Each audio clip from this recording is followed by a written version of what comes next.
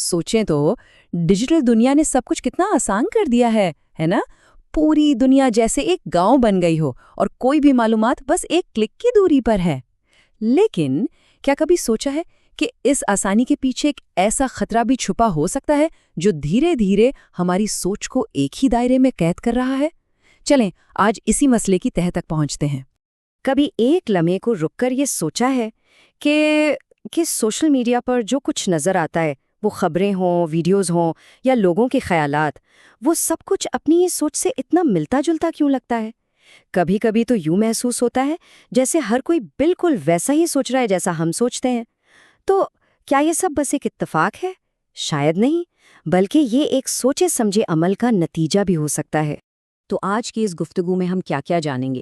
سب سے پہلے تو یہی کہ یہ ایکو چیمبر آخر ہے کیا چیز، پھر یہ دیکھیں گے کہ زین جی یعنی نوجوان نسل اس کی زد میں کیوں ہے، اس کے بعد اس کے اثرات پر بات ہوگی، فرد سے لے کر پورے معاشرے تک، اور ہاں آخر میں یہ بھی دیکھیں گے کہ اس چکر سے نکلا کیسے جائے۔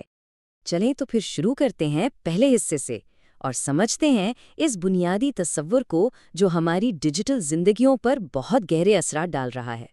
تو یہ ایکو چیمبر ہے کیا؟ دیکھیں، نام سے ہی ظاہر ہے، ایکو یعنی گونج۔ یہ بالکل ایک ایسی وادی کی طرح ہے جہاں صرف اپنی ہی آواز گونج کر واپس آتی ہے۔ مطلب ایک ایسا ڈیجیٹل ببل، ایک ایسا دائرہ جو ہمیں ہر اس سوچ یا نظریے سے دور رکھتا ہے جو ہمارے اپنے خیالات سے مختلف ہو، اور اس کی قیمت ذہنی سوچ کا محدود ہو جانا۔ اور یہیں پر ایک بڑا دلچسپ تضاد سامنے آتا ہے۔ ایک طرف تو لگتا ہے کہ ہمارے پاس پوری دنیا کی معلومات ہے، ہم ایک گلوبل ولیج میں ہیں، لیکن دوسری طرف حقیقت یہ ہے کہ الگورتھمز ہمیں ایک فلٹر کی ہوئی دنیا دکھا رہے ہیں۔ یعنی ہم جو کچھ بھی اپنی اسکرین پر دیکھتے ہیں وہ پوری تصویر ہے ہی نہیں، وہ تو بس تصویر کا ایک چھوٹا سا ٹکڑا ہے جسے خاص ہماری پسند کے مطابق کاٹ چھانٹ کر ہمارے سامنے رکھا گیا ہے۔ تو اب سوال یہ پیدا ہوتا ہے کہ اس سے سب سے زیادہ متاثر کون ہو رہا ہے؟ جی، بات ہو رہی ہے جین زی کی، وہ نسل جس نے آنکھ ہی ڈیجیٹل دنیا میں کھولی۔ دیکھیں، جین زی کی پوری زندگی ہی تو اسکرینوں کے گرد گھومتی ہے۔ ان کے لیے علم کا مطلب کتابیں یا استاد بعد میں ہے، پہلے گوگل سرچ، یوٹیوب اور سوشل میڈیا فیڈ ہے، اور یہیں پر الگورتھم اپنا کھیل کھیلتے ہیں۔ وہ ان کے ہر کلک، ہر لائک کو نوٹ کرتے ہیں اور پھر انہیں وہی چیزیں دکھاتے ہیں جو وہ دیکھنا چاہتے ہیں، اور نتیجہ غیر محسوس طریقے سے وہ ایک ایسی فکری قید میں چلے جاتے ہیں جس کا انہیں احساس تک نہیں ہوتا۔ اور یہ پورا عمل، یہ لوپ بہت سیدھا سادھا لیکن کمال کا مؤثر ہے۔ ہوتا کیا ہے؟ کسی نے ایک خاص قسم کی ویڈیو دیکھی، بس پلیٹ فارم کو اشارہ مل گیا کہ اسے یہ چیز پسند ہے، اگلے ہی لمحے اس کی پوری فیڈ اسی طرح کی درجنوں ویڈیو سے بھر جائے گی، اور جب بار بار ایک ہی بات سنائی دے تو ایک عام سا خیال بھی ایک پختہ یقین بن جاتا ہے، بھلے ہی اس کا حقیقت سے دور دور تک کوئی تعلق نہ ہو۔ اب ذرا تصویر کو اور بڑا کر کے دیکھتے ہیں۔ یہ مسئلہ صرف ایک انسان کی اسکرین تک نہیں رکتا، نہیں، اس کے اثرات لہروں کی طرح پھیلتے ہیں، پہلے فرد پر، پھر خاندان پر، اور پھر پورے کے پورے معاشرے پر۔ تو سب سے پہلے فرد پر کیا اثر ہوتا ہے؟ سوچنے کا دائرہ تنگ ہو جاتا ہے، مختلف خیالات کو برداشت کرنے کی ہمت ختم ہو جاتی ہے۔ انسان اپنی پہچان، اپنی سیلف ورتھ کو آن لائن گروپس کے ساتھ جوڑ لیتا ہے، اور پھر کوئی بھی مخالف بات ذاتی حملے جیسی لگتی ہے، اور اس سب کا نتیجہ سٹریس، بے چینی اور گہرائی میں جا کر کسی چیز کو سمجھنے کی عادت کا ختم ہو جانا۔ اور جب فرد متاثر ہوتا ہے تو یہ اثر گھر تک بھی پہنچتا ہے۔